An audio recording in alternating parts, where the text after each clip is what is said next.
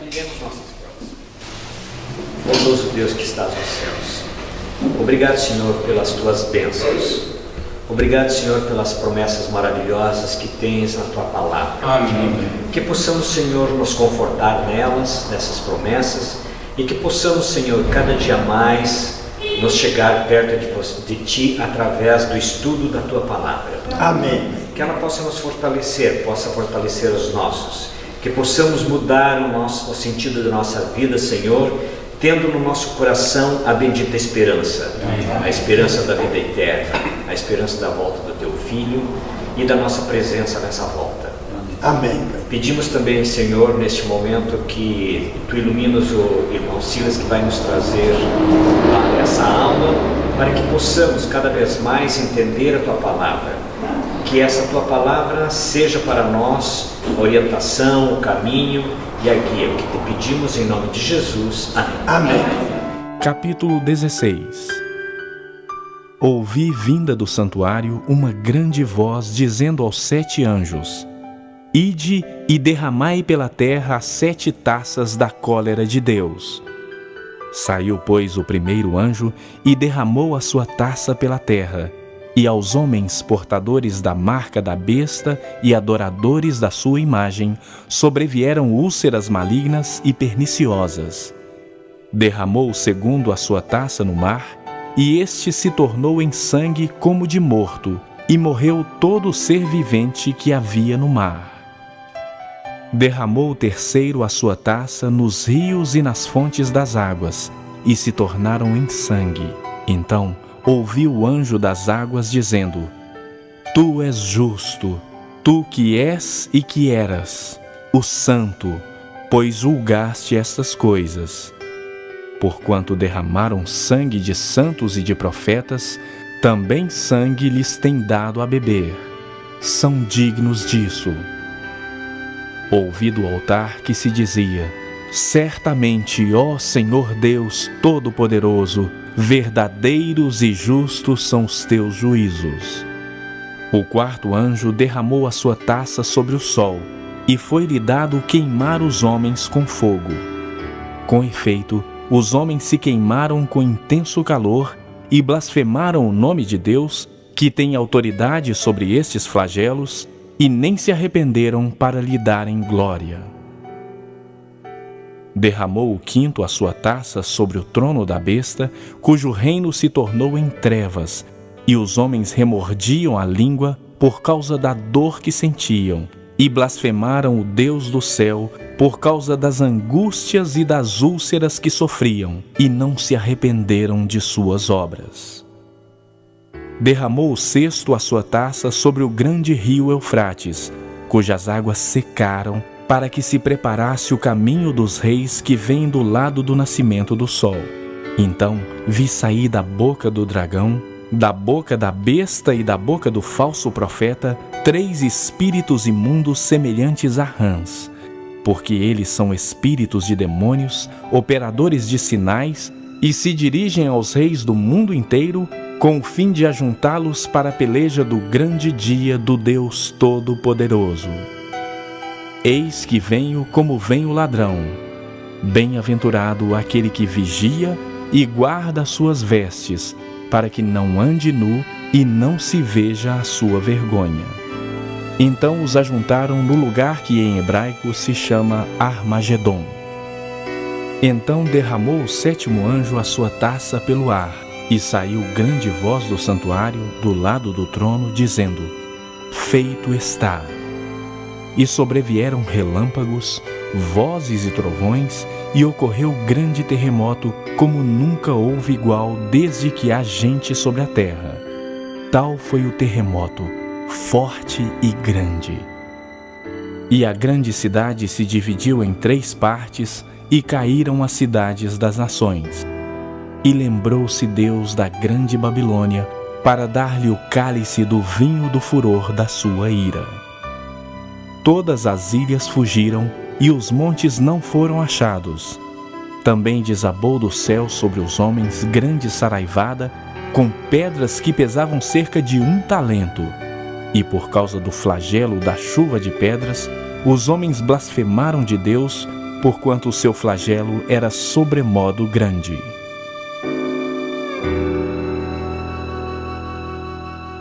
Boa parte do medo que as pessoas têm em estudar o livro do Apocalipse está no estudo do capítulo 16. Presta atenção no que escreveu Rui Barbosa. Essa frase sempre foi verdadeira, mas ela é mais verdadeira nos nossos dias. Antes da gente continuar o estudo do capítulo 16, eu quero fazer uma pergunta para você. Eu não sei exatamente que tipo de filme você gosta de assistir, mas suponha que você goste de filmes de ação. Como é que funcionam os filmes de ação? Mais ou menos assim: tem os bons, tem os maus, e se for um dos filmes realmente bom, tem um final feliz. Está entendendo? Os bons, os maus e um final feliz. Qual que é o roteiro desse filme? No começo, quem é que está prosperando? Os maus. E no meio? Os maus. E eles continuam prosperando, está entendendo? E tem uma hora que dá a impressão que você tem que se agarrar na cadeira, porque dá vontade de escolher alguma coisa. Não é possível um negócio desse. Você está entendendo meu português? Muito bem. Chega uma hora que acontece o que, seu Renato? Pois é, mas lá pro final do filme, isso, é aquela hora que dá vontade de você trepar na poltrona e gritar aleluia. Aliás, eu conheço uma história de uma senhora que fez exatamente isso. Era um filme do Charles Bronson. Ok? Muito bem. Quando chegou a hora do vamos ver, a senhora levantou e disse yes! Bom, muito bem. O que nós vamos estudar hoje é o começo do fim dos maus. E se você se lembrar do estudo de capítulos anteriores, tem uma pergunta feita nos capítulos anteriores do Apocalipse que ficou sem resposta. Vamos voltar lá? Apocalipse capítulo 6, verso 10. Ana, por favor, pode ler para nós. Clamaram em grande voz dizendo: até quando, ó Senhor, soberano Senhor, santo e verdadeiro, não julgas, nem vindas o nosso sangue dos que habitam sobre a terra? Veja a história, é um filme de ação. Aliás, se tem uma história de ação extraordinária, é a história da Bíblia. Eu desconheço alguma coisa que seja semelhante à Bíblia no que diz respeito à ação. Essa pergunta foi feita por quem? Quem estudou o capítulo 6 sabe disso. Essa pergunta foi feita por quem? Isso, os mártires justos do passado, que não tinham visto o quê? Justiça divina. Até quando o Senhor vai deixar que a turma que nos perseguiu, nos maltratou, nos aniquilou, até quando essa turma vai ficar impune? É o que o senhor Renato falou, a panela de pressão estava crescendo, a coisa está piorando, e Deus não faz nada? Veja só, existe um salmo que quando você sentir que a tua panela de pressão está pronto para explodir, porque Deus não está fazendo absolutamente nada, leia o Salmo 73. Vamos dar uma olhada no Salmo 73? Vamos começar no verso 1. Salmo 73, verso 1, 2 e 3. Bom Deus para com Israel, para com os ímpios de coração.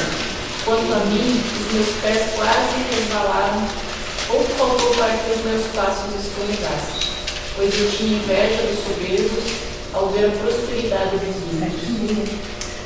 Alguém que tem a nova tradução da linguagem de hoje, lê para mim só o verso 3. Graciano, por favor, só o verso 3. Porém, quando vi que tudo ia bem para os orgulhosos e os maus, quase perdi a confiança em Deus, porque fiquei com inveja deles. O verso 16, Graciano. Então eu me esforcei para entender essas coisas, mas isso era difícil demais para mim. Olha só, quando eu vi, isso é um salmo da Bíblia, pessoal. Quando eu vi que as coisas iam de mal a pior para os maus, é isso que está escrito aí? Não. Quando eu vi que os maus, o quê? Olha só, não só prosperavam, quando eu vi que os maus conseguiam tudo de bom e do melhor. Não parece o Rui Barbosa escrevendo? Não existe nada de novo debaixo do céu, né? Mesmo o pensamento de Rui Barbosa, isso aí é mais antigo que Rui Barbosa. Quando eu vi que as coisas iam de mal a pior, para quem? Para os bons, e para os maus as coisas estavam indo cada vez melhor. Quando eu vi isso tudo, olha só, isso está escrito na Bíblia, eu quase perdi a confiança em quem? Em Deus. Onde é que estava Deus? Essa é uma pergunta que Jó faz várias vezes. Onde é que estava Deus? Isso era difícil demais para mim. E a coisa fica ainda mais explícita no verso 21 e no verso 22. Pode ler de novo, Graciano, 21 e o 22.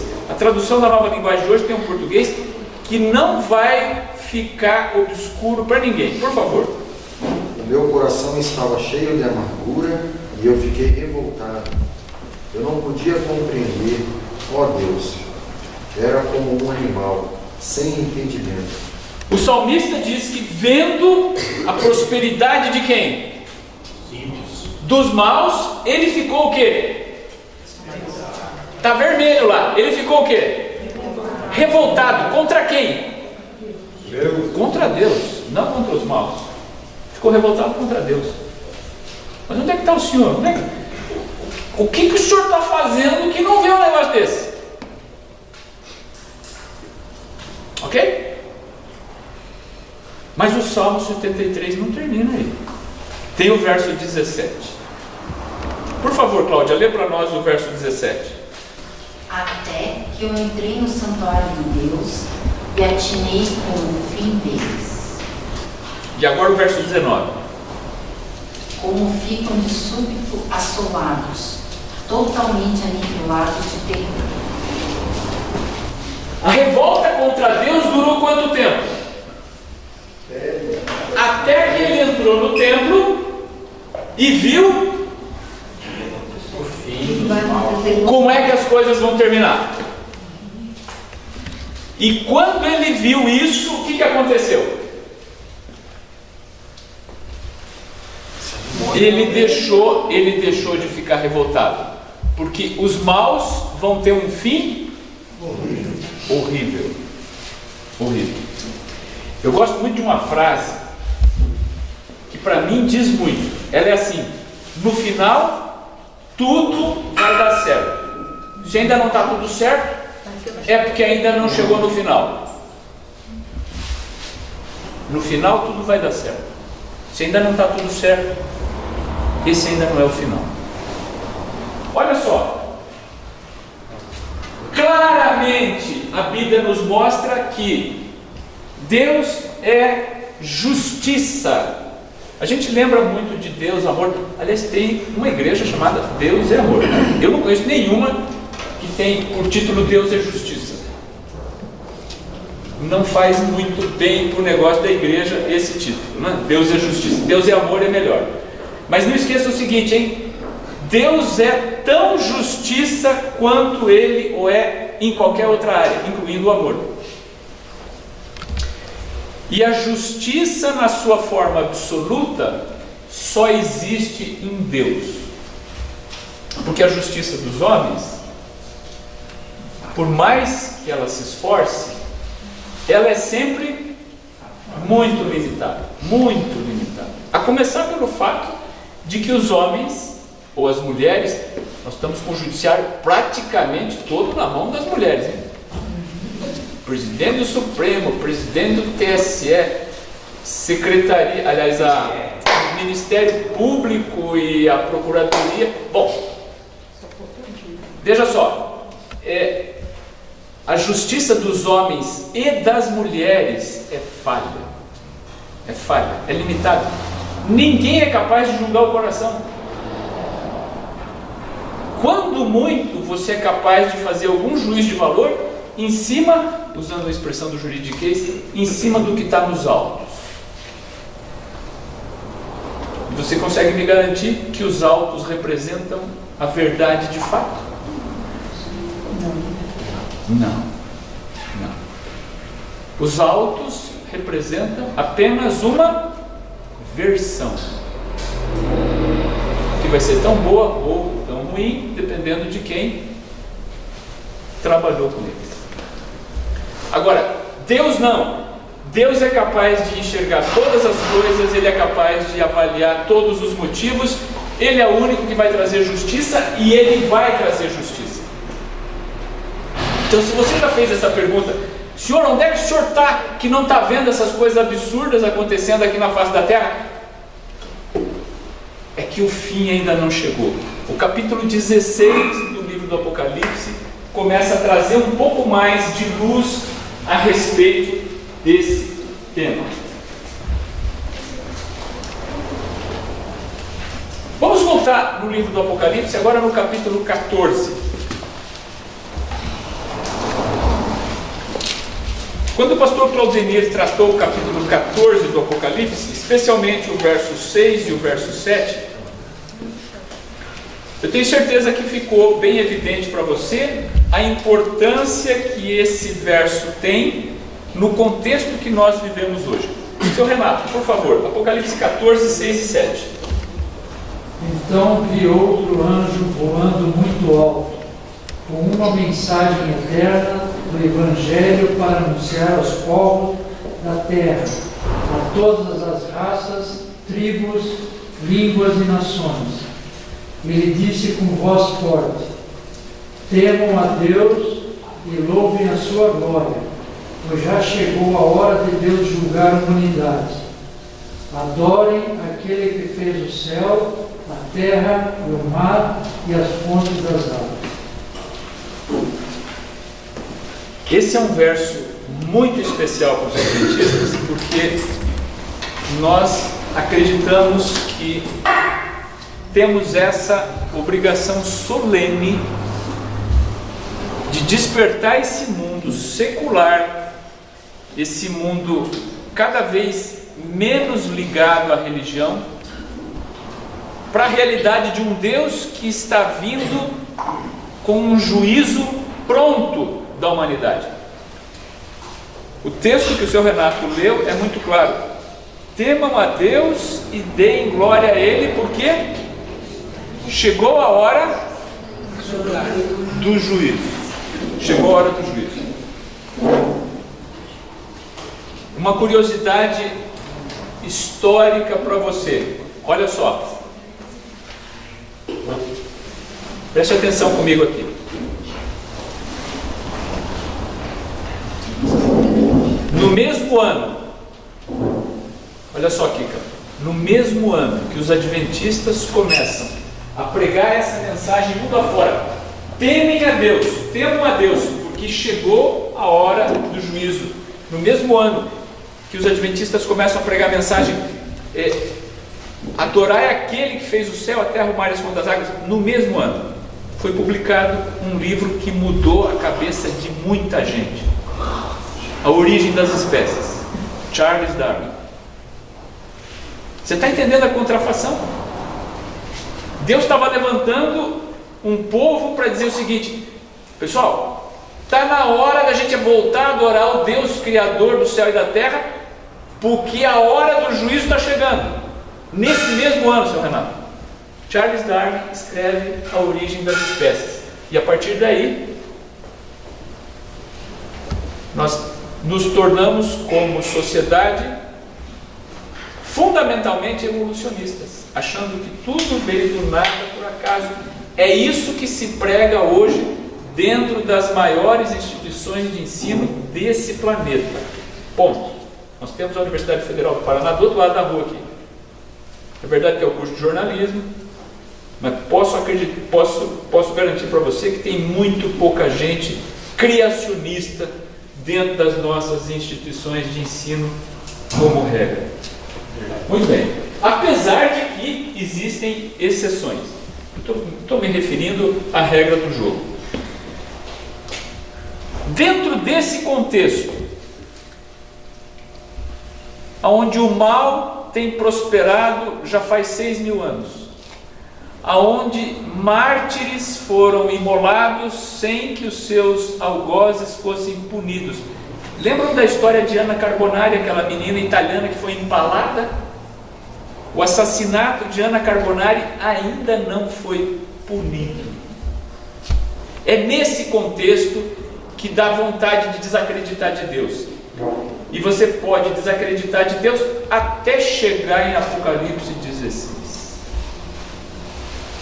Então, por que nós temos Apocalipse 16 na Bíblia? Bom, para você entender por que é que Deus ficou onde está até agora. E agora você vai ver as coisas acontecerem.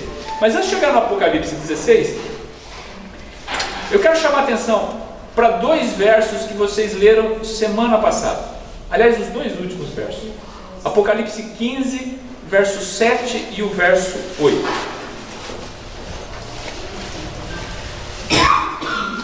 Você pode ler para mim, Douglas, por gentileza. Apocalipse 15, 7 e 8. Então, um dos 4 seres viventes deu aos 7 anjos 7 taças de ouro, cheias de cólera de Deus, que vive pelos séculos dos séculos.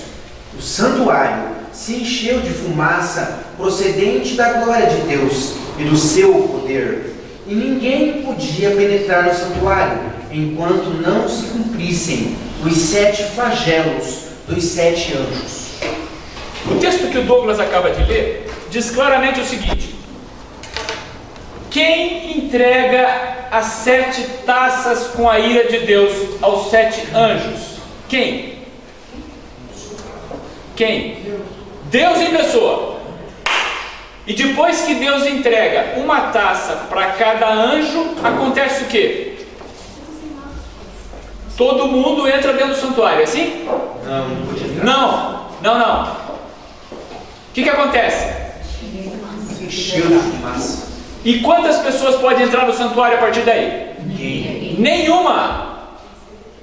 Agora, preste atenção aqui. Para que as pessoas entravam no santuário? Nós estamos falando do santuário que começou lá no Sinai. Não tem nenhuma semelhança com os santuários que nós temos hoje aqui. Para que as pessoas entravam no santuário lá no Sinai?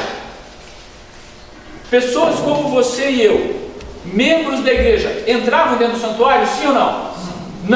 Não entravam. Essas pessoas ficavam só no pátio. Tudo bem? Quem que entrava lá dentro do santuário, seu Renato? Só o sacerdote. E o sacerdote entrava dentro do santuário para fazer o quê? Isso, expiação, intercessão.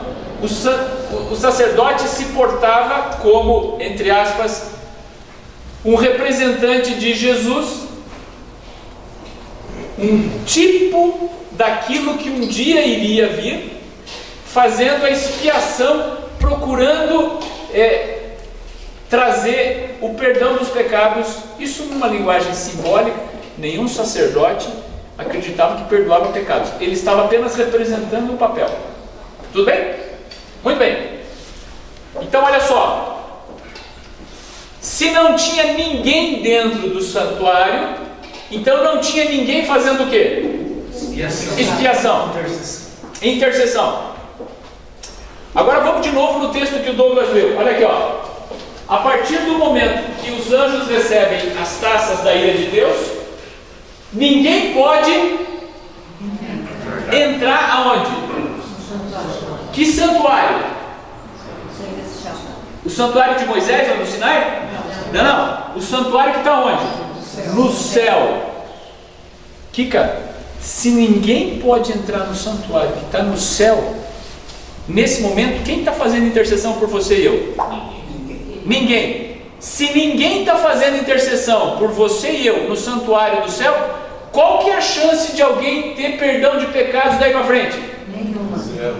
Nenhuma. Uau! Eu vou repetir de novo, hein? Comigo aqui, ó. Tudo o que nós vamos estudar daqui para frente só começa a acontecer quando a porta da graça tiver sido fechada.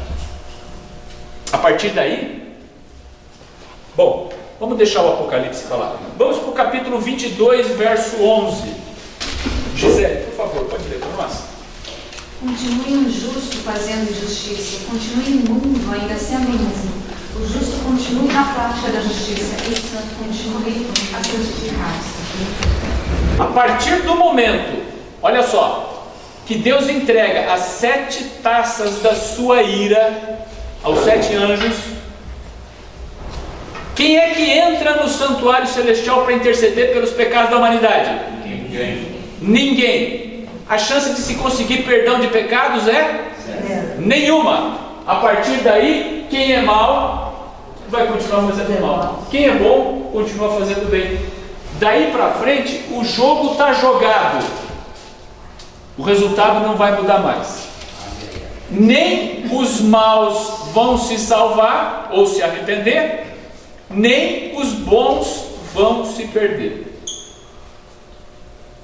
Agora, acredite no que eu estou dizendo para você. Não vai aparecer no Jornal Nacional. Pessoal, atenção, amanhã às 15 horas da tarde está fechando a porta da graça. Não é como declaração do imposto de renda, 30 de abril vai até a meia-noite. Não vai ser assim. Não vai ser assim. Como foi isso? As pessoas vão estar trabalhando, as pessoas vão estar nas suas atividades normais. Para muitos é como se não acontecesse nada de diferente. Mas lá no céu alguma coisa aconteceu. Essa mensagem está sendo pregada há mais de 150 anos pelos adventistas e pelos cristãos há mais de 2000 anos. Um juízo está se aproximando. Nos tempos de Noé, e Jesus usou essa expressão, nos tempos de Noé ele pregou isso 120 anos, até que a porta se fechou. E depois que a porta se fechou, Noé estava dentro da arca. Ele podia sair? Não. Nenhuma chance para Noé se perder. A turma que estava fora podia entrar? Não. E ninguém queria entrar. Deu uma semana inteira de sol. Depois disso, Noé dentro da arca com a bicharada toda, uma semana de sol. O pessoal pegando no pé de Noé. E daí, Noé, como é que está a coisa? Percebeu? Mas a porta já tinha se fechado. E Jesus foi claro. Assim como foi nos dias de Noé, vai acontecer tudo de novo. As pessoas comiam, bebiam, casavam-se, faziam festa, até o dia em que começou a chover. E não parou até que todos eles morreram. Vai ser exatamente assim. Então cuidado, porque o que nós vamos tratar daqui para frente só começa a acontecer com a porta da graça fechada. Ninguém mais vai se salvar. Ninguém mais vai se perder. Portanto, qual é o sentido desse juízo que Deus vai trazer? Deus pode ou não usar um juízo ou uma coisa ruim para chamar um pecador ao arrependimento? Sim ou não? Sim. Claro que pode. Ele fez isso comigo. Se eu contasse para você toda a minha história, você ia saber quantas vezes Deus precisou apertar a minha orelha para dizer: olha rapaz, não é por aqui. Percebeu? Agora, nesse momento, esse tipo de juízo vai produzir esse resultado? Sim ou não? Não vai. Não vai produzir esse resultado. Sabe por quê? O juízo que nós estamos tratando agora é o início do juízo retributivo. Existe aquele juízo ou aquele puxão de orelha que tem por objetivo fazer com que o pecador chegue ao arrependimento. Não é o caso aqui. nenhum pecador vai se arrepender. O que acontece aqui é o início da punição dos maus. Ela começa no Apocalipse 16 e ela só vai terminar quando o último pedacinho de fogo, do inferno de fogo, apagar. E aí então, bom, nós vamos ver isso lá para frente. Tem um capítulo do Apocalipse que fala disso. Eu sei que pode parecer estranho para muitos, porque muitos acreditam que o inferno de fogo não vai acabar nunca. Nós vamos tratar disso lá na frente. Mas a punição dos ímpios começa agora e ela termina em algum lugar do futuro em relação ao que nós vamos ver. Cada vez que alguém estuda o Apocalipse 16, faz algumas perguntas. A primeira é essa aí: será que essas pragas ou essas taças da ira de Deus são literais? Veja você, a melhor maneira de estudar a Bíblia é procurar comparar coisa com coisa e tentar ver situações na Bíblia onde algo semelhante aconteceu no passado. E existe uma história lá no começo da Bíblia, de fato está no segundo livro da Bíblia, onde Deus precisou trazer um juízo pesado em cima de um povo pagão. Essa é a história do início do Êxodo.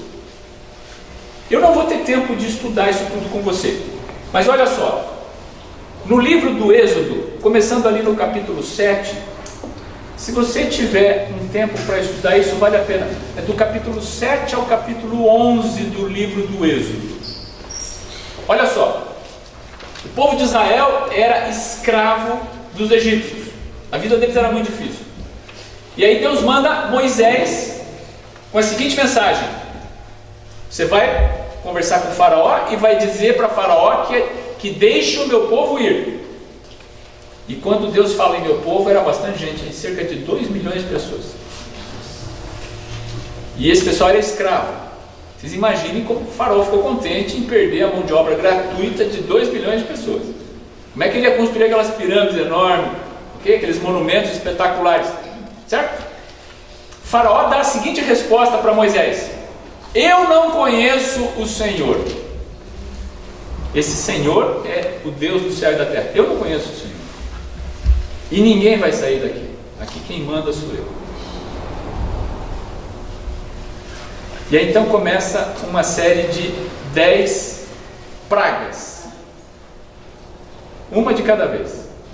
Essas pragas que acometeram o reinado do faraó no Egito foram literais.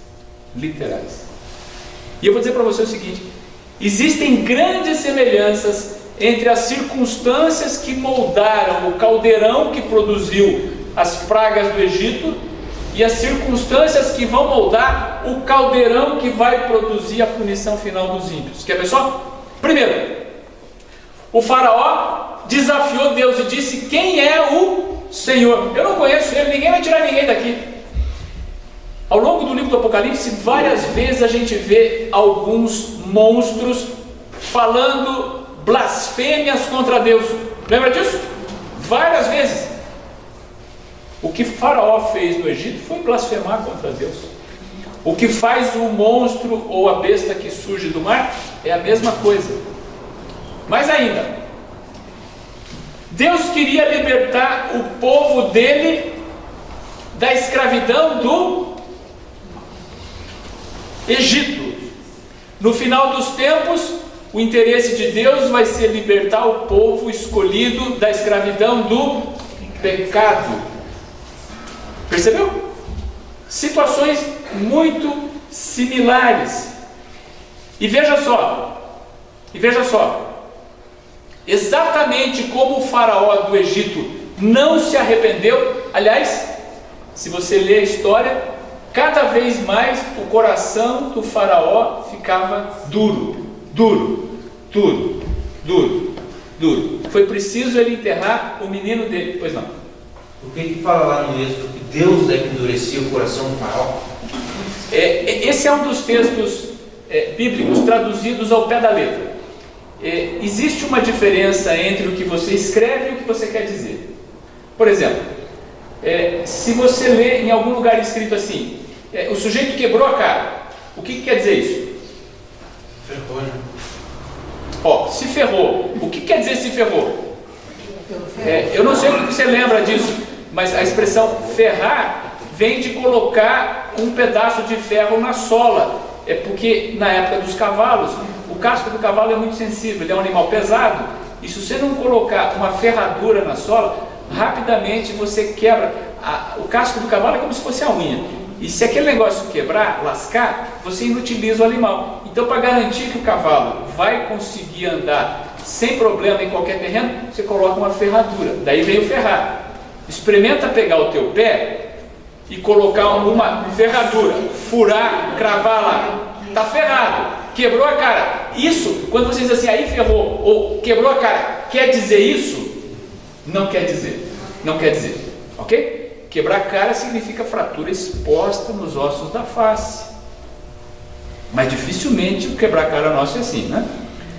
Veja só, Douglas, nos dias do Velho Testamento, quando eles diziam, e Deus fez isso, ou Deus fez aquilo, grande parte das vezes eles queriam dizer Deus permitiu que isso acontecesse, porque cada um deles acreditava que Deus tinha poder para fazer o que quisesse. Deus podia amolecer o coração do faraó na marra, sim ou não? Deus podia. Deus fez isso? Entendeu? Então eles atribuíam como sendo atos de Deus coisas que Deus permitiu. Então Deus jamais endureceu o coração de faraó. O que Deus fez foi, Deus não impediu que o coração dele se endurecesse. Para eles, nessa época, era a mesma coisa. E nós traduzimos em português do jeito que está escrito lá. Nós traduzimos o quebrou a cara do jeito que eles escreveram. Tudo bem? Bom, as pragas são literais. No Egito elas foram, sim ou não? Sim. Foram. As circunstâncias daquela época serão semelhantes às que vão acontecer logo no futuro? Sim. Bem semelhantes. Havia um desafio contra Deus. Havia um povo que precisava de punição por ter oprimido uma nação inocente. Deus estava procurando libertar o povo do Egito. Deus está procurando libertar o povo do pecado. O conjunto de fatos que envolvia a saída do Êxodo é muito semelhante com aquele que vai acontecer no final dos tempos. E para aumentar a semelhança, olha isso aí.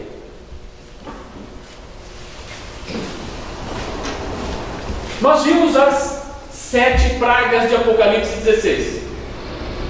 Aqui você tem as 10 pragas do Egito. Eu grifei aí aquelas que são iguais. O Nilo se tornou em sangue. Aqui no Apocalipse 16 a gente vê o mar e os rios se tornando em sangue. Úlceras malignas é a primeira das pragas que nós vamos ver daqui a pouco. Chuva de pedra. Que tal chuva de granizo com 35 quilos de granizo por pedaço? Tá bom assim para você? E trevas. Olha só. 1, 2, 3, 4, 5 delas que vão acontecer no Apocalipse 16 aconteceram aonde? No Egito. E isso no Egito foi simbólico ou foi literal? Foi literal. Nós temos todas as razões para acreditar que a grande maioria dessas pragas são literais. A exceção é a praga número 6. Nós vamos falar bastante dela quando chegar a hora. Tudo bem? Claro até aqui?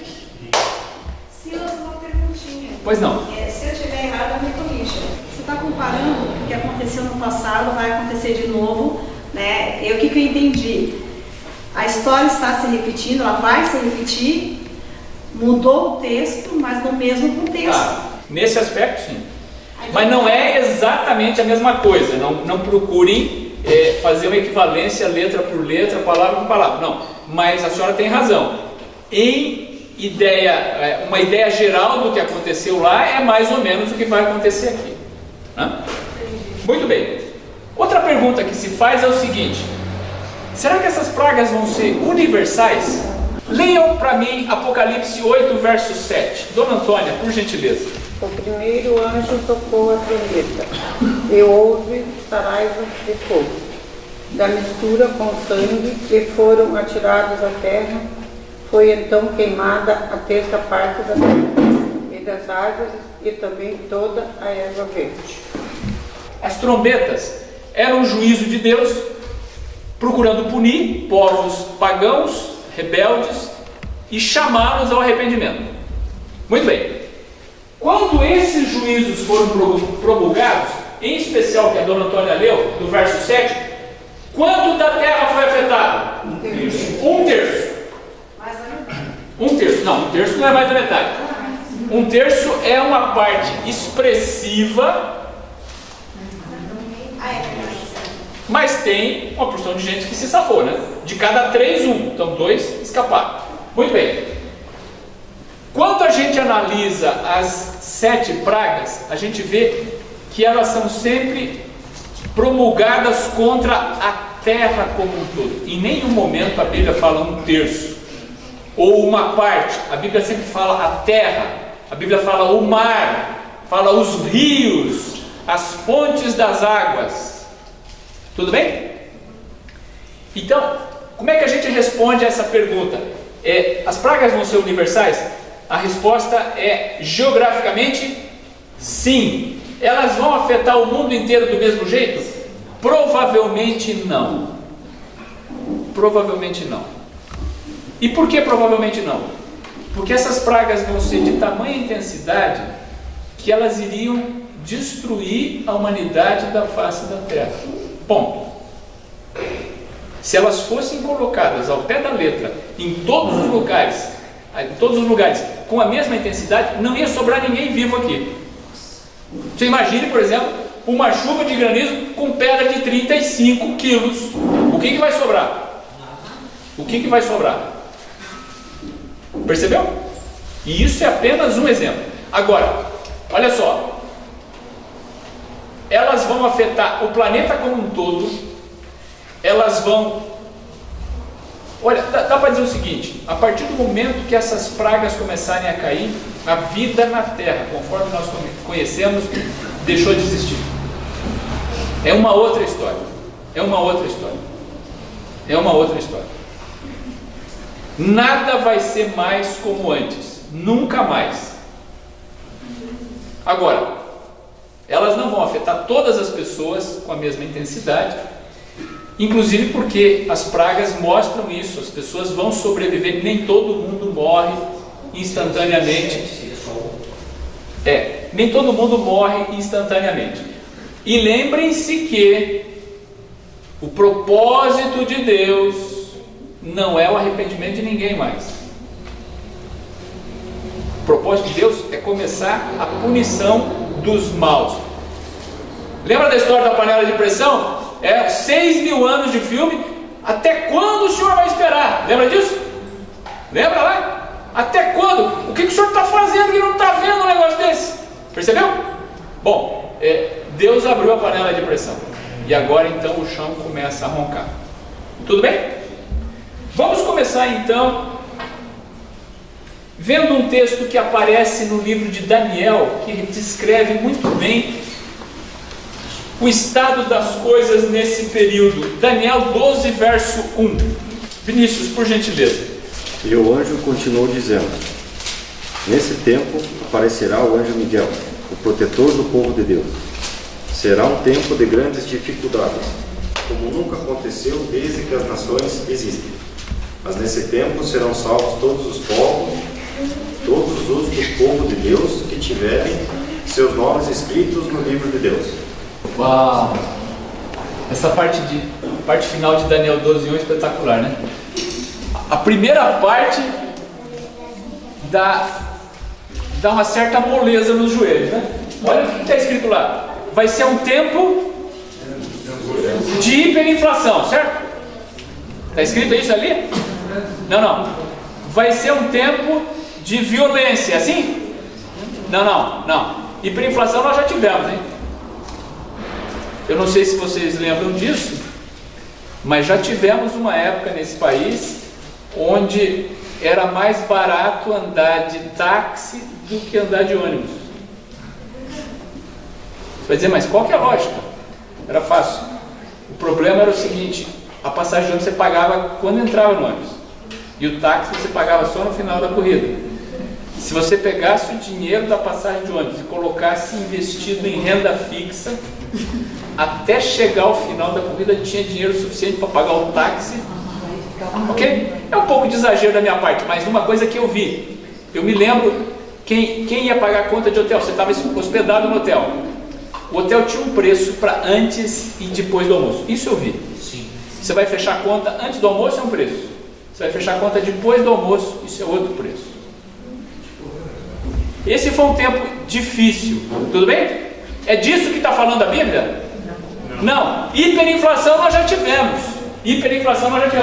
É de violência que a Bíblia está falando?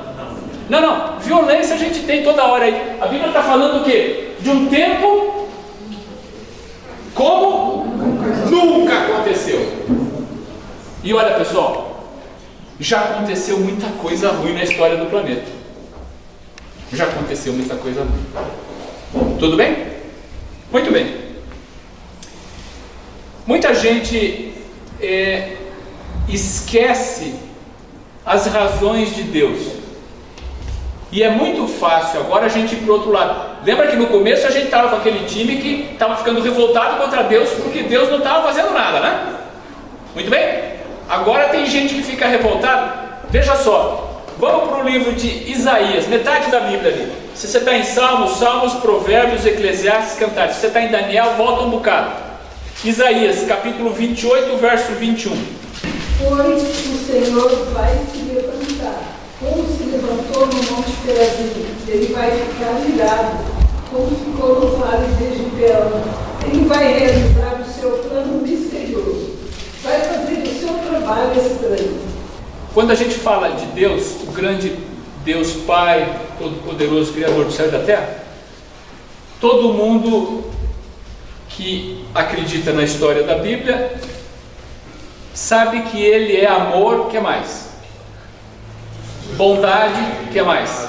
Compaixão, tudo bem? Esse vai ser um período da história onde Deus vai fazer algo que é estranho para Ele, que é um juízo sem a finalidade de trazer o pecador ao arrependimento. É um juízo para punir o pecador. Isso é chamado de a obra estranha de Deus. Deus nunca fez isso no passado, e graças a Deus Ele nunca vai fazer isso depois de ter feito isso uma vez. Claramente a Bíblia diz que o pecado não vai se levantar duas vezes. Então Deus vai punir o pecado e o pecador de maneira retributiva. E agora nós vamos começar a estudar cada uma das pragas. Não se esqueçam de Anna Carbonari, uma italianinha que foi empalada viva. Mas isso foi na Inquisição?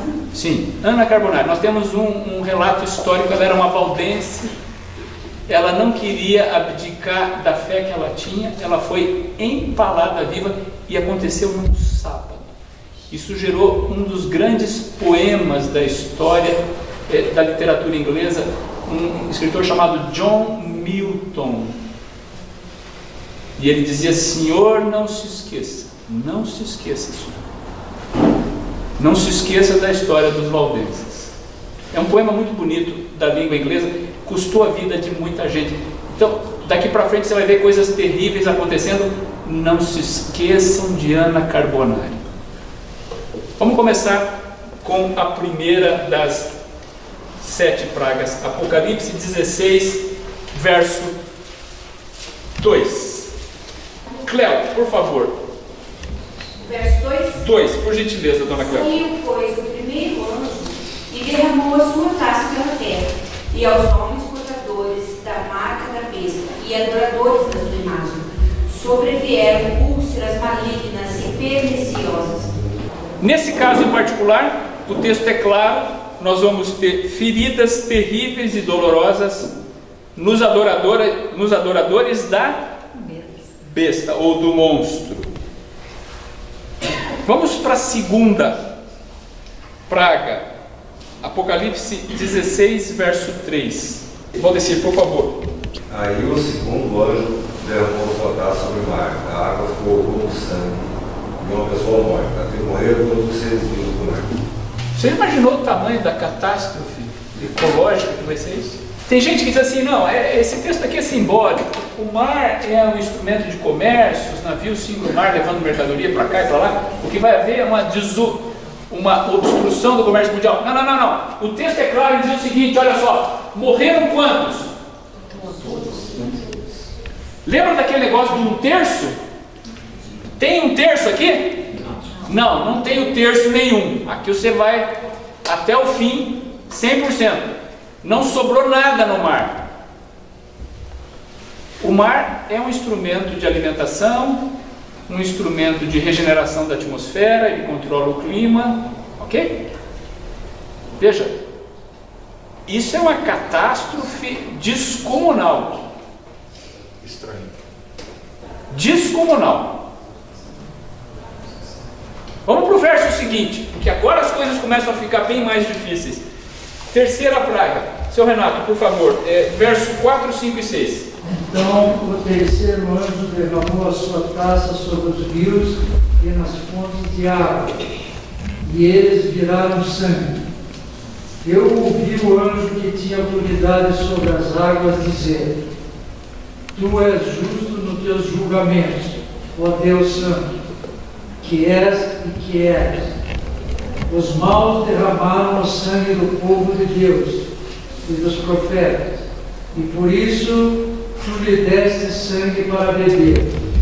E eles estão recebendo. Meu amigo, não tem nada de simbólico nesse texto. Vamos para a parte final. Os ímpios derramaram ou não derramaram sangue inocente? Sim ou não? Sim. Era simbólico o sangue de Ana Carbonari? Não era simbólico. E o que é que vai ter para a turma beber quando a terceira praga cair? Vai ter? Porque os que vivem hoje não são os que mataram os homens. E esses vão receber a paga dos que já morreram. Veja só. Quem assassinou Ana Carbonari não vai estar vivo nesse dia. Mas vai estar vivo um grupo de gente que teria feito exatamente a mesma coisa se tivesse estado nos dias dos Valdezes. Ou pior. Quem assassinou Ana Carbonari ressuscita mais à frente para ter a punição, e nós vamos ver isso no capítulo final do Apocalipse. Agora, a geração que vai viver esses dias é uma geração tão ruim quanto aquela.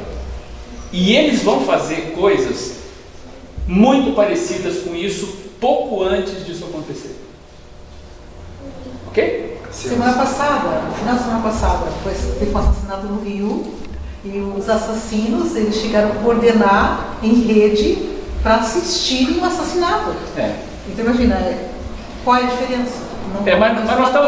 Nós estamos falando de maldade. Sim. A maldade mas nós não estamos falando da violência urbana gratuita.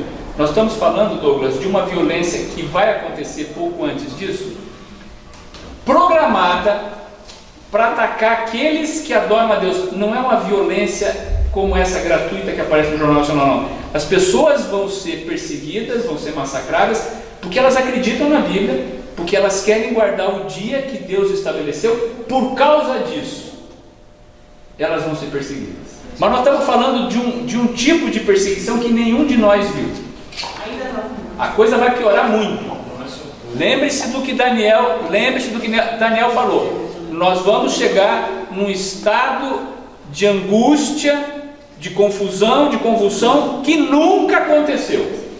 Então, nenhum dos exemplos que a gente pode citar vai ser suficientemente bom para representar o tamanho da calamidade. E quando você achar que Deus está sendo muito duro, lembre-se de Ana Carbonari. Eu não vou deixar você esquecer de Ana Carbonari hoje à noite, tá bom? Muito bem, vamos para a quarta praga. Apocalipse 16. Aliás, antes de chegar na quarta praga, me permita um comentário aqui, ó. Veja só. Olha o tamanho da dificuldade. Primeiro começa com feridas, provavelmente na pele. Depois o mar deixa de ser a fonte de alimentação e a fonte de regeneração do planeta. A terceira praga afeta as fontes de água potável. E agora então você vai beber o quê? Ok? Veja, Jesus foi claro em dizer o seguinte, que se os tempos finais não fossem abreviados, era capaz que não salvasse ninguém. A gente não sabe quanto tempo vai durar essas pragas, não sabemos. A Bíblia não dá a menor pista. A única praga que a gente sabe que teve um tempo de duração definido, entre as 10 lá do Egito, é aquela da escuridão, durou 3 dias. A Bíblia não fala do resto. Não temos a menor ideia quanto tempo vai durar essas 7 pragas. Agora, uma coisa a gente acredita, que não vai ser muito tempo. Porque ficar bebendo sangue ou alguma coisa deturpada pode te manter vivo por algum tempo, mas não vai te manter vivo por muito tempo. Imagina ok? O cheiro que vai dar a terra. Muito bem. Vamos para a quarta praga. Apocalipse 16, 8 e 9. Seu Irani, por favor. O quarto anjo derramou sua taça sobre o sol, que com seu fogo fez queimar as pessoas. Todos foram queimados pelo intenso calor e blasfemaram contra o nome de Deus, que tinha controle sobre essas pragas, e não se arrependeram nem deram glória a Deus. Exatamente como o faraó no Egito, cada vez que ele recebia uma punição de Deus, ele ficava com o coração mais duro. Ali ele ficava com o coração mais duro por uma escolha pessoal. Agora aqui, não. Aqui as pessoas, elas já têm o seu destino selado. Elas endurecem o coração porque esse é o caminho natural das coisas. E olha só, se você está preocupado com o aquecimento global,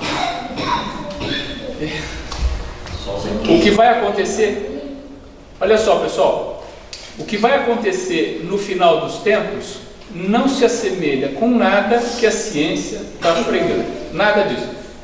Não é as águas do Pacífico se aquecendo 3 ou 4 graus, ok? Nós estamos falando de uma outra realidade. E lembre-se do seguinte, isso são juízos de quem? Deus. Comigo aqui pessoal, olha só. O dilúvio não foi uma tempestade tropical. O dilúvio não foi uma tempestade tropical. O dilúvio foi um ato de Deus. Ele mandou água de cima, a Bíblia diz isso, mandou água de baixo.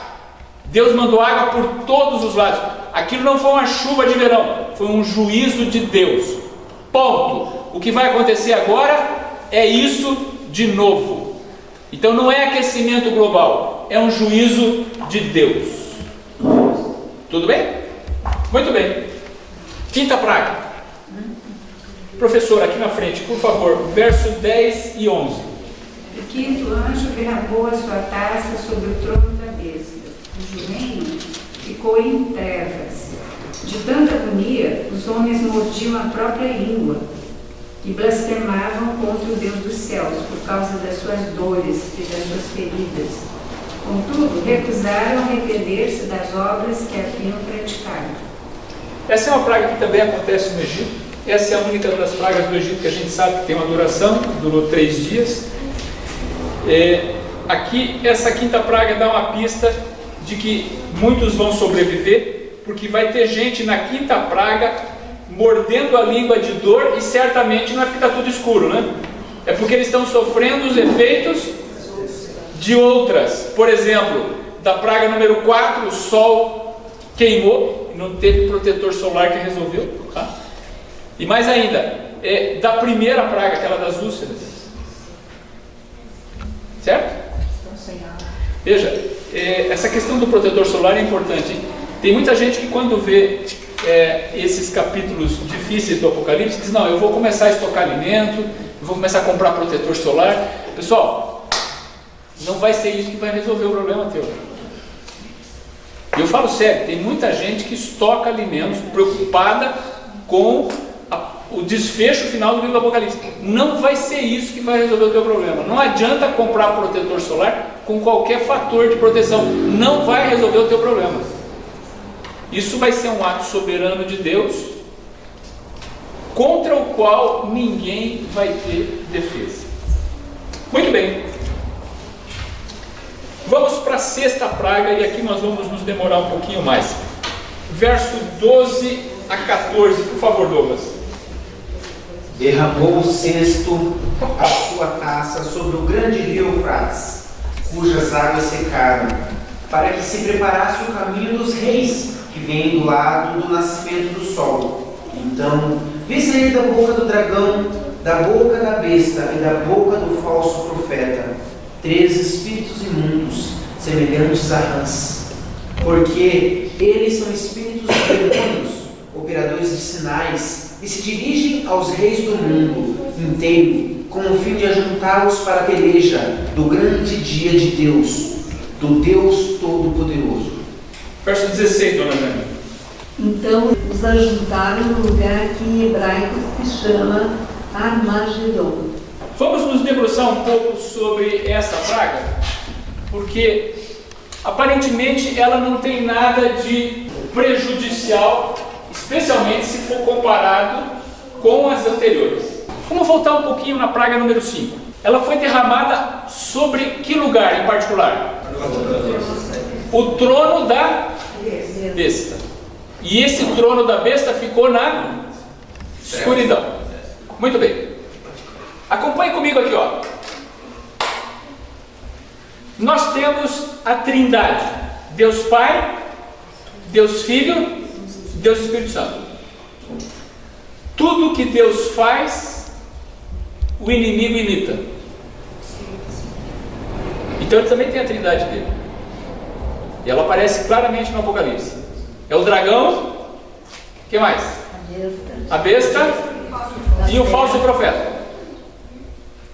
Tudo bem? Trindade e a falsa trindade: dragão, a besta e o falso profeta. Essa trindade do mal, até a praga número 5, vai estar unida, perseguindo aqueles que guardam os mandamentos de Deus, que creem nas promessas de Jesus e querem obedecer a Bíblia. Tudo bem? A unidade da trindade do mal vai até a praga número 5. Para você entender o que eu estou falando, você vai precisar voltar semana que vem. O capítulo 17 e o capítulo 18 do Apocalipse vão tratar dos juízos de Deus, não contra os adoradores da besta. Eles vão tratar dos juízos de Deus contra a besta. Babilônia. Babilônia. Ok? Isso nós vamos ver mais à frente. Mas eu já vou antecipar para você o seguinte: olha o que vai acontecer. Até a praga número 5, Douglas, eles vão estar, dragão, a besta e o falso profeta, vão estar unidos tentando arrasar o povo de Deus. Agora, na praga número 5, vai ficar claro que tem alguma coisa errada, porque a escuridão vai assolar o quê? O trono da besta. E aí o resto do time vai olhar e vai dizer: uau, não é que os desgraçados estavam certos e nós estamos errados? Agora como é que nós vamos acreditar nesse troço? Quem que foi o infeliz que inventou essa coisa de domingo? Você está entendendo como é que vai acontecer a coisa? Eles vão se revoltar uns contra os outros. Isso vai ficar muito claro mais à frente. Em algum momento, entre a praga número 5 e a praga número 6, o triunvirato do mal vai rachar. Você vai ver isso mais à frente ainda hoje. O triunvirato do mal vai rachar. E eles vão começar a destruir-se mutuamente. Isso é o assunto de Apocalipse 17 e Apocalipse 18. E agora então, olha só, vamos tentar entender o que está escrito aqui Essa aqui é a única praga simbólica. Eu disse para você que a maioria das pragas eram literais, essa aqui é a única simbólica. Vamos começar com essa frase que está em vermelho. O rio secou, ou o rio Eufrates secou. Da onde vem, ou por que o rio Eufrates secou, faz algum sentido profético? Acompanhe comigo aqui, ó. O trono da besta é representado pelo nome, me perdoe. O trono da besta é representado, a besta que surge do mar, nós já vimos isso. É representado pelo nome de uma grande cidade do passado. Que cidade é essa? Babilônia. Tudo bem? Aliás, o capítulo 17 fala sobre a punição de Babilônia. E certamente não é a Babilônia de Nabucodonosor, porque Nabucodonosor já foi embora e a Babilônia de Nabucodonosor não existe como cidade, apesar de todos os esforços de Saddam Hussein. Eu não sei se você sabia, mas existe uma profecia bíblica dizendo que a Babilônia de Nabucodonosor nunca mais seria habitada. Lembra disso?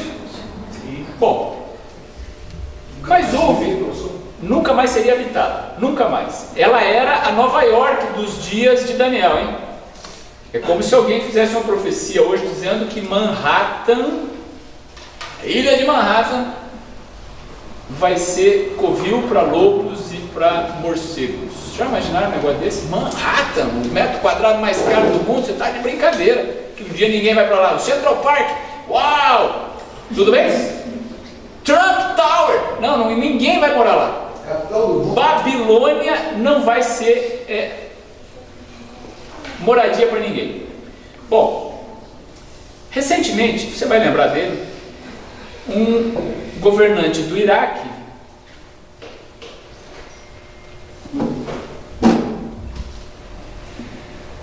colocou em prática o papel de reconstruir Babilônia. E ele lançou inclusive o portal da cidade, e sobre o portal ele escreveu o seguinte: reconstruída por, só colocou isso. A cidadezinha do interior tem lá assim, eu conheço uma que é Ipiranga. Bem-vindo a Ipiranga, tem um portal, né? Aqui em Santa Felicidade, bem-vindo a Santa Felicidade, viu isso? Então, o Saddam Hussein fez um portal para a Babilônia, reconstruída por Saddam Hussein, filho de Nabucodonosor. Foi só isso que ele fez, não fez mais nada. Bom, você sabe o que aconteceu com o Saddam Hussein, não é isso? E a Babilônia continua sendo morada de animais selvagens. Tudo bem? Mas essa Babilônia de Nabucodonosor, mesmo não existindo mais, se tornou um símbolo que no Apocalipse representa o quê? A cidade da besta que surge do mar. Muito bem. Qual que é a relação de Eufrates com Babilônia? Fácil. O Eufrates era o rio que passava por dentro de Babilônia. Babilônia tinha uma muralha espetacular. Era uma cidade fantástica, hein? Quem viveu para ver, Heródoto foi um deles, diz que era um negócio. Aliás, Heródoto não viu, ele escutou a história e dizem que ele inventou a história, não sei, mas o fato é que ele é o pai da história. Era um negócio espetacular. Os jardins suspensos da Babilônia diz que era um negócio deslumbrante. O muro tinha uma altura inexpugnável, mais de 100 metros de altura, 30 metros de largura. Era um negócio medonho. Quando os persas chegaram para tomar a cidade, o rei de plantão mandou fechar os portões. E aí os persas não tinham o que fazer, porque quando eles chegavam perto dos portões, os caras jogavam azeite fervendo, enxofre, fogo lá em cima da turma que estava embaixo, e eles não conseguiam entrar. E para escalar a montanha de 100 metros de altura também não dava. Portanto, eles não tinham nenhuma alternativa, até que alguém deu a seguinte ideia: o Eufrates cruzava a Babilônia de um lado ao outro. Aliás, era a garantia de água potável para a cidade.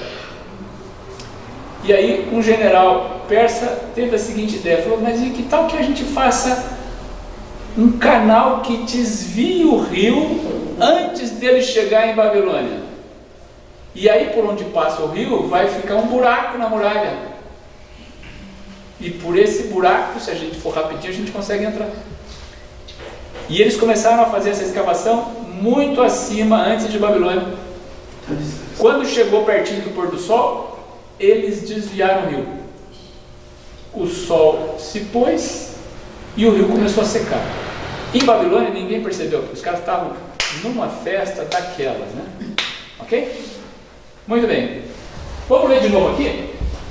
O anjo derramou a sua taça sobre o Eufrates secou. Esse texto não pode ter um significado literal mais. Sabe por quê? O Eufrates existe? Existe. Só não existe Babilônia. A Babilônia, Nabucodonosor, não existe. Portanto, o Eufrates secar hoje, ou o Eufrates transbordar, vai fazer alguma diferença? Nenhuma. Então essa praga tem que ser simbólica. O que significa o Eufrates secar? A gente sabe que águas na profecia representam o quê? Povos. Imagine só, a Babilônia é o quê? Na profecia do Apocalipse. A besta que surge do mar. Todo mundo sabe disso, tudo bem? O rio Eufrates se secando, em termos simbólicos, significa o quê? Rio é povos. Povos se secando em relação à Babilônia. O que quer dizer isso? Povos que corriam para a Babilônia, que adoravam a Babilônia, que serviam a Babilônia, agora eles deixam. Eu falei para você que a trindade do mal ia rachar entre a praga 5 e a praga 6. Está vendo só? Aqui na praga 6, olha só, os povos desse mundo já não mais correm para a Babilônia. E isso foi feito para dar caminho a quem? Ao rei da Pérsia, é isso?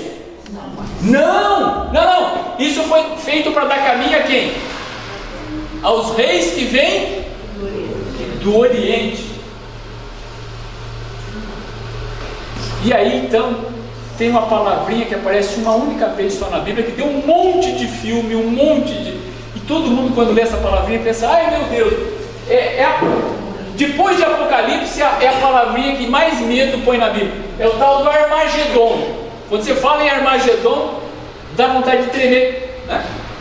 E tem muita coisa escrita sobre isso, que vai ser uma guerra entre as forças de Israel e os árabes, e que o mundo vai estar envolvido, porque o mundo ocidental vai apoiar Israel, o mundo oriental vai apoiar os árabes. Tem gente que diz que agora é um conflito entre o Ocidente e o Oriente, e esse conflito está aí em todos os jornais, o Ocidente, os Estados Unidos da América, o Oriente, a China. O Armagedon está chegando na forma das tarifas.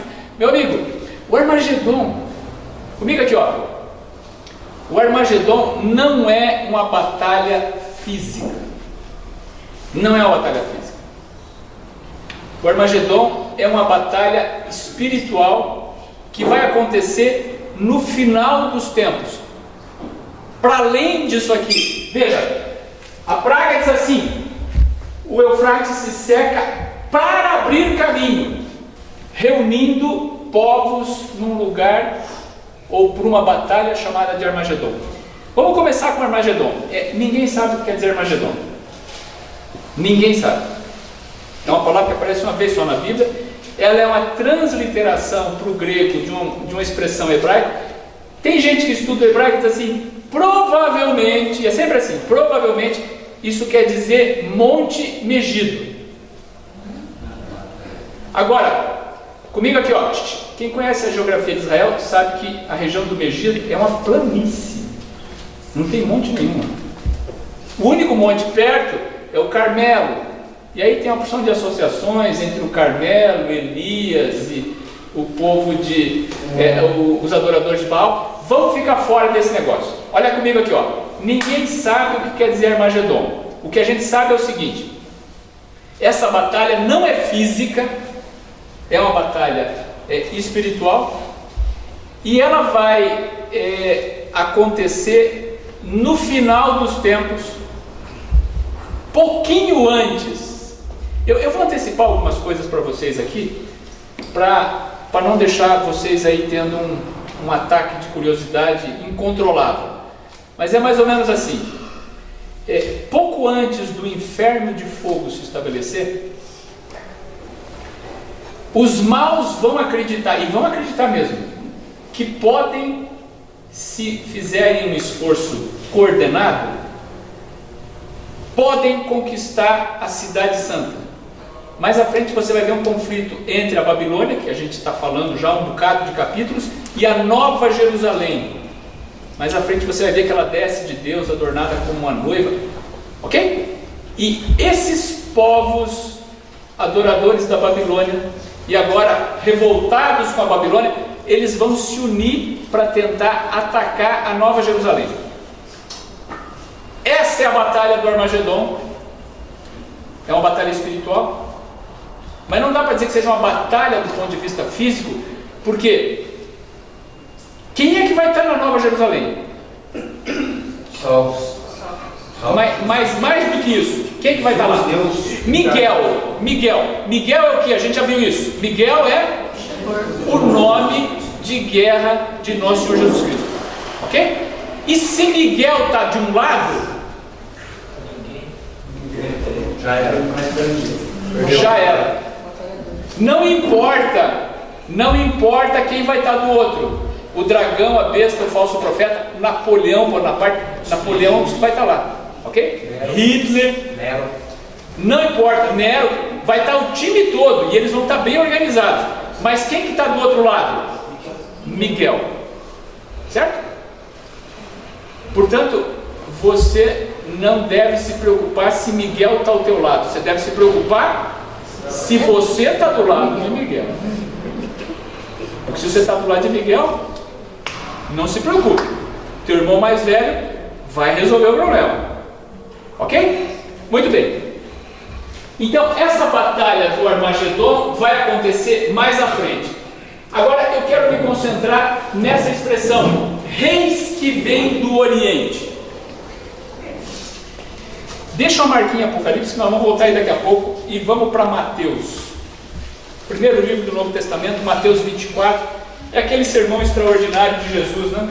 O sermão profético. Mateus 24, verso 27. Dona Ruth, por favor, pode ler para nós? Porque assim como o relâmpago sai do Oriente e se mostra até no Ocidente, assim é de ser a vinda do Filho do Homem. Nosso Senhor Jesus Cristo em plena forma. Comigo aqui, ó.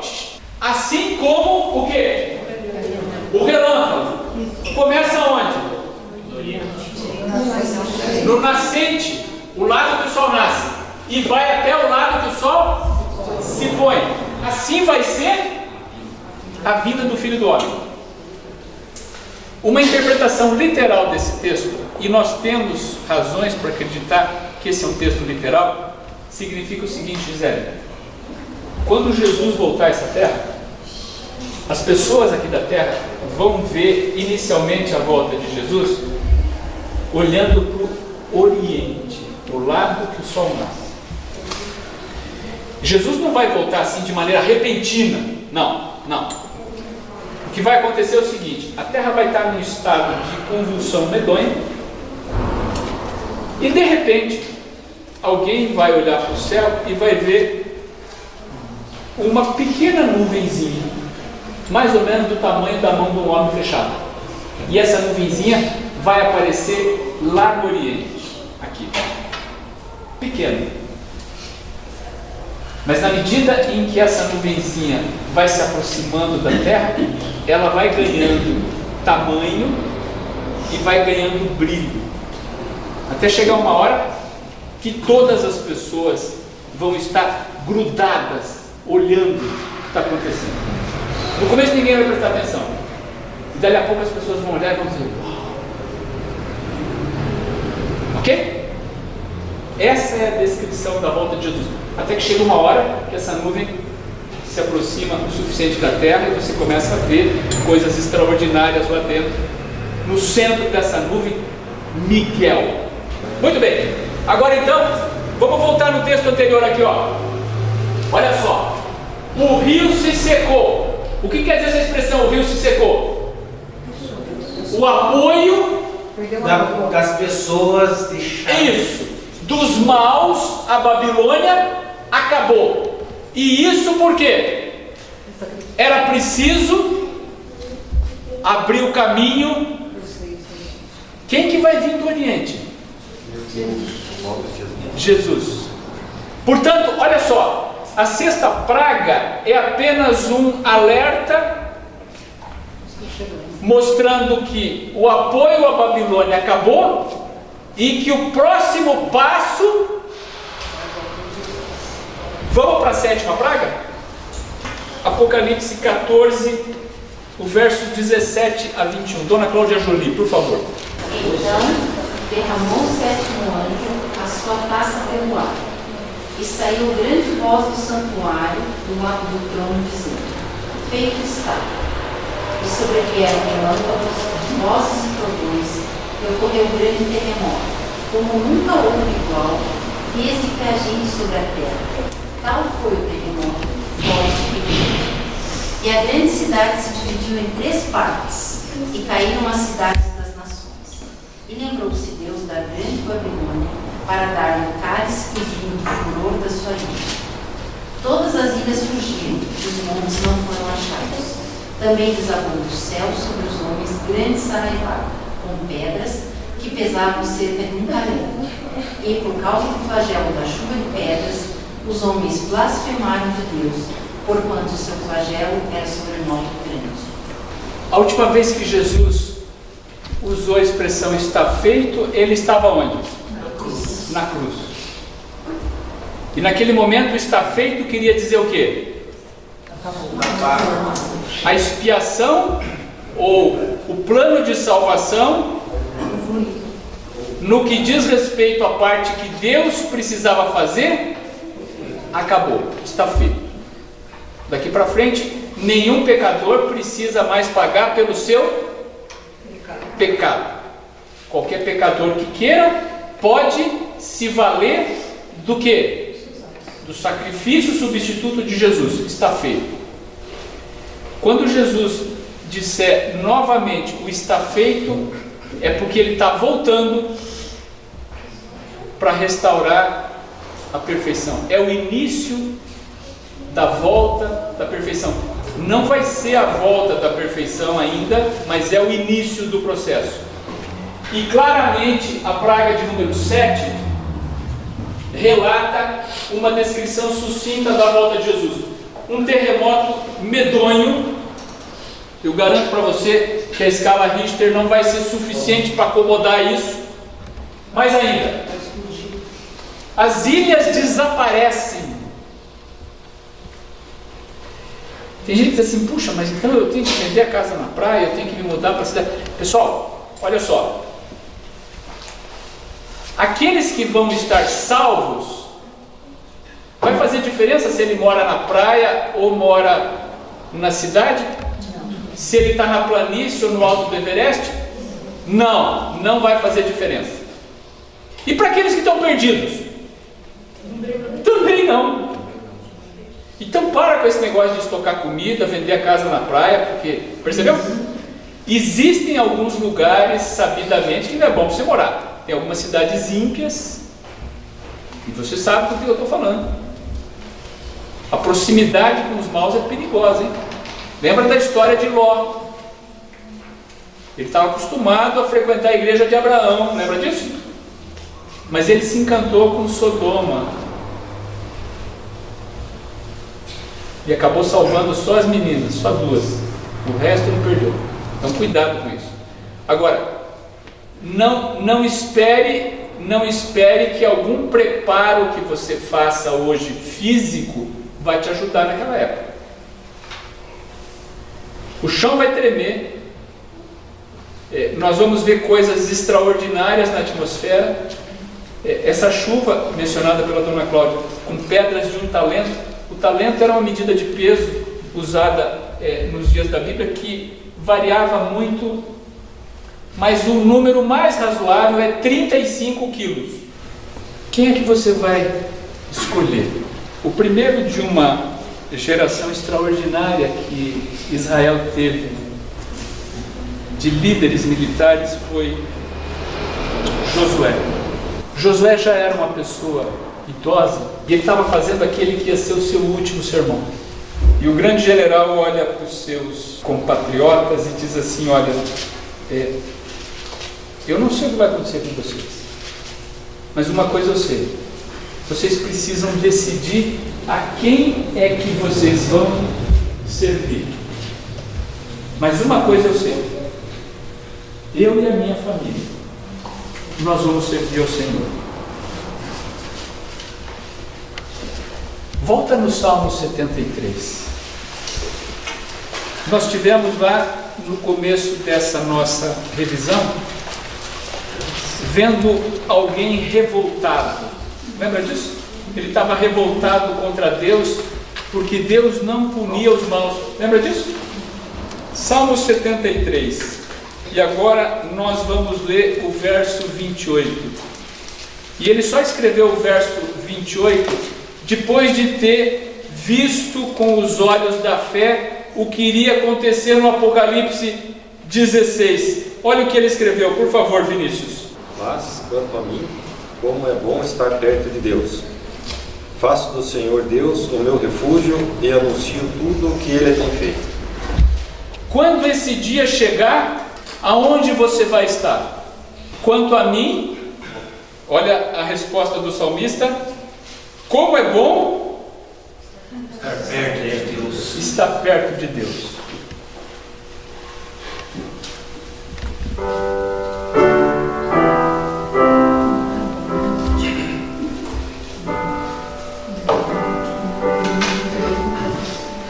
A noite de 14 de abril de 1912 foi inesquecível. O salão de festa estava abarrotado. Pessoas vestidas com traje de gala, todas elas muito bonitas, aproveitavam aquilo que a vida tem de melhor. 11 horas e 40 minutos. E o chão tremeu. Em 2 horas e 40 minutos,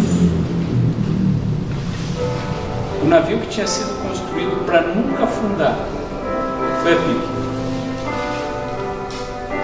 2.200 pessoas estavam a bordo. De cada 3, 2 morreram afogadas.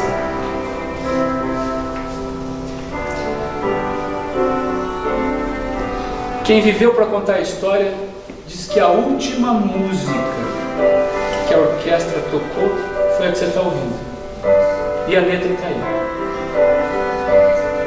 Enquanto o Titanic afundava, a música que tocava dizia: mais perto quero estar, meu Deus, de ti, ainda que seja a dor que me une a ti. Eu não sei o quanto você está perto de Deus, mas uma coisa eu sei, você precisa escolher. Já passou muito o tempo da gente brincar com as nossas decisões. Muita gente deixou para entrar na arca depois que a porta fechou. Eles nunca puderam entrar na arca. Se tem um lugar que não é bom para nenhum de nós estar, é no capítulo 16 do Apocalipse. Porque quem estiver ali terá perdido tudo e não terá a menor esperança de salvação. Portanto, meu amigo, antes de dormir hoje, está na hora de você fazer uma escolha definitiva. Porque quando você quiser mudar de ideia, talvez essa escolha já não esteja mais à sua disposição. Eu não sei quanto tempo Jesus vai levar para voltar. Eu acredito que Jesus vai voltar nos meus dias aqui na Terra. Mas não importa quanto tempo Jesus vai levar para voltar. A partir do momento em que nós dermos o nosso último suspiro, para nós Jesus já voltou. Para muita gente, Jesus voltou hoje. Um deles era o editor do maior jornal de língua portuguesa. Ele faleceu essa madrugada. Para ele, Jesus já voltou, porque a primeira coisa que ele vai ver, quando os olhos dele se abrirem novamente, é a volta de Jesus. Eu não sei se é a segunda volta, tomara que seja. Eu não sei se é a terceira volta. É preciso você fazer a tua escolha. Analise friamente a tua situação, converse com Deus. Mais do que qualquer um de nós, Ele tem interesse em você. Nesse momento, Deus quer salvar você. A porta da graça não está aberta, ela está escancarada. Jesus continua dentro do santuário fazendo intercessão por você e por mim. Esse é o momento. Que Deus ajude você a fazer a escolha correta. Feche os olhos, eu quero orar por você. Bondoso Deus, muito obrigado pelo privilégio que o Senhor nos deu em condições tão favoráveis de voltar a estudar a Tua Palavra. Obrigado porque ela claramente nos mostra que o Senhor está no controle. Obrigado por saber que um dia a justiça vai imperar e um dia todo o mal praticado será punido na medida da Tua infinita sabedoria. O Senhor sabe que nós temos muitas imperfeições, o Senhor sabe das nossas inseguranças, das nossas dúvidas. Que a Tua misericórdia nos ajude a viver um dia de cada vez. Amém. Que o Senhor não nos permita de maneira nenhuma sair de perto de Ti. Amém. E que pela graça do sacrifício substituto de Jesus na cruz, quando o Senhor voltar, nenhum de nós esteja entre aqueles que vão sofrer as terríveis punições do Apocalipse 16, mas que quando o Senhor voltar, todos nós façamos parte do grupo que vai te receber de braços abertos. Amém. Até esse dia chegar. Que o Senhor nos guarde do mal. Por Jesus. Amém. Amém. Amém. Quantos acham que Deus falou o seu coração? Quero ver as mãos. Amém. Deus seja louvado. Deus seja louvado. Nosso seminário está caminhando para o fim. O Apocalipse tem 22 capítulos. Os 2 últimos capítulos será feito em uma aula só. O professor Silvio já programou como será o término desse nosso seminário. Leia com carinho o capítulo 17. É a razão pela qual nós voltaremos aqui na próxima semana. Uma análise perfeita desse capítulo vai nos ajudar muito bem a entender, compreender, unir tudo que o Silas falou hoje para nós. Que Deus abençoe vocês. Tá?